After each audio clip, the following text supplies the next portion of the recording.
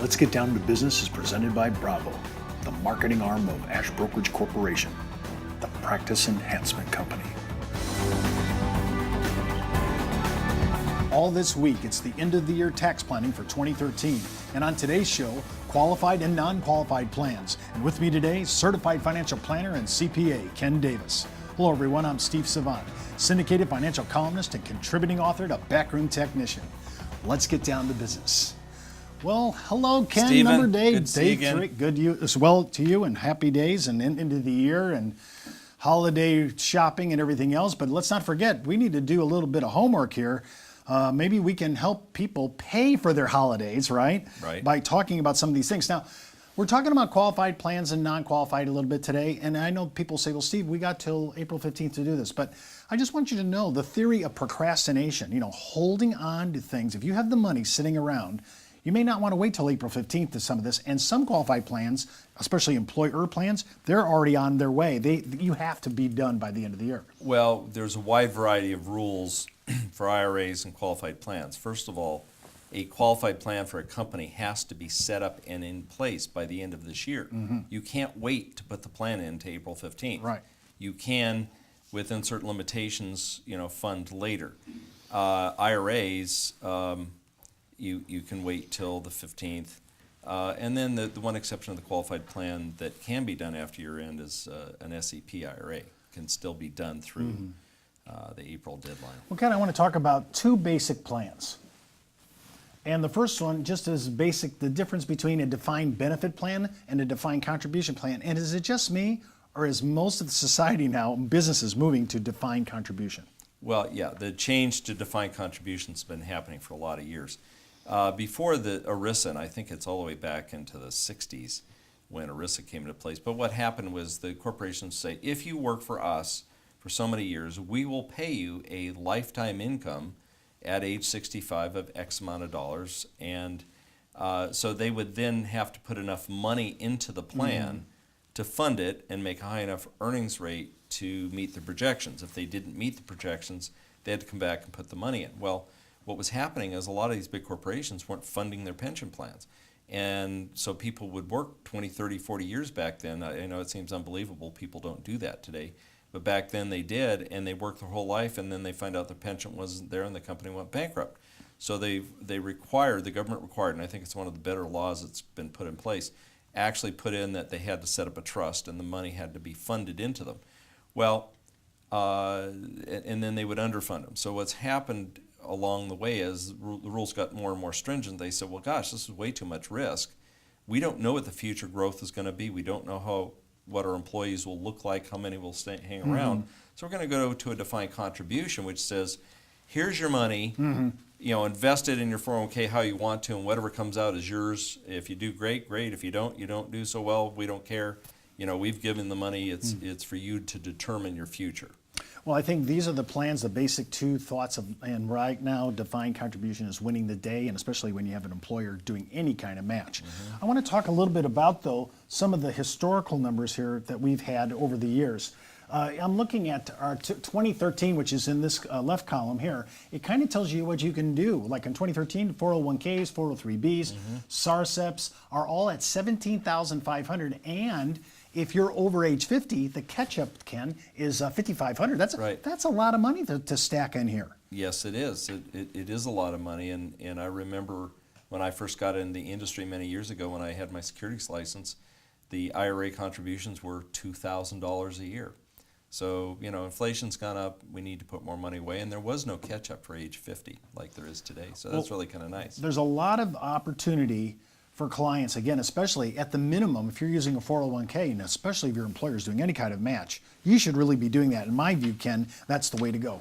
Now we're looking at deductible IRA contributions for traditional IRAs. And again, Ken, I noticed in our brief here by Backroom Technician, they actually put in the modified adjusted gross income column so that you can understand what works and what doesn't, and what deductions, and is it phased out or not. So I think this is kind of I like the grid here because it explains how you're covered by a company retirement plan. Well, that's another example. Basically what they're saying is if you're covered by a company plan, either the husband or the wife, there's certain rules that limit your ability to put additional money into an IRA. and they're now looking at modified adjusted gross income to determine whether or not you get a deductible contribution or not at that point. Well, let's look at the Roth for a second, because I think when I'm looking at a regular Roth IRA, it has it's an inviting tactic, especially if you're in a low bracket. Talk a little bit about the Roth, and it's kind of come of age now. Well, I think there's a very subtle point that I haven't seen a whole lot of commentators really get behind. And the fact is, we've always compared Roth and regular IRAs with the assumption that the tax rate will be the same on the front end and the back end. Mm-hmm. Well, first of all, we're all seeing that tax rates are going up. And with this massive debt, I don't think they're going to go back down anytime soon. Mm-hmm. In fact, they may go up further. Secondly, with this attack on adjusted gross income with these modifications, a modified adjusted gross income, pulling in an alternative minimum tax, taxing Social Security, reducing medical expenses based on AGI, all these AGI and MAGI concepts are actually creating an effective tax rate higher than we think. You may think you're paying 25% tax bracket as your maximum bracket, but when they include your Social Security, it essentially pushes you into effective 42%. So Roths are good because that's going to come out later when the tax rates are higher. So I think the Roth wins the day under the current system, personally. Well, I think that we need to look at them side by side, crunch the numbers. I love using Insmart for that.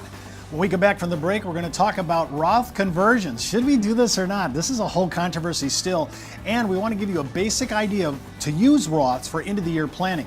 And don't forget, you can request any of the show documents that we use as sample examples from Backroom Technician at ashbrokerage.com, and you can sign up for your own 30-day free trial offer for Backroom Technician. Just go to brt.com/trialsignup.aspx. We'll be right back with more from Ken Davis on Roth conversions. Back in the day, life insurance professionals were called field underwriters. Then, carriers trained their field force in the basics of life insurance underwriting. Today, the insurance industry doesn't educate the agent population as they once did. But now you can have the Informed Risk Guide at your fingertips so you can illustrate a reasonable rate class for your life insurance prospects. Just request your copy of the Informed Risk Guide at downtobusiness.ashbrokerage.com. It's free from Ash Brokerage, the practice enhancement company.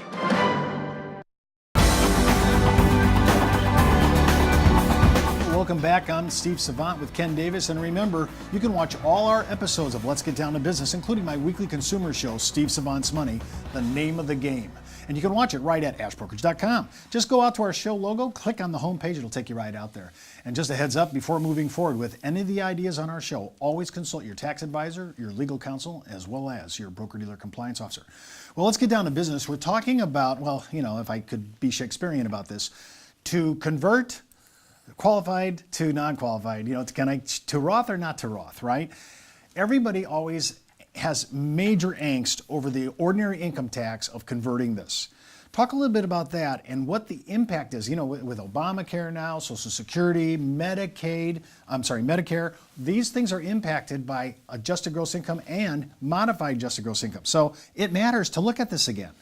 It does, and I would caution the viewers to make sure that they have a qualified CPA that can do tax projections on a before and after basis, or be very conversant in the law themselves and have good tools and good software to check this thing. I would say generally in most cases you really need a tax advisor who knows what they're doing, because as you convert, you could inadvertently push yourself over certain limits that trigger phase outs of deductions and exemptions, the additional Obamacare tax of 3.8.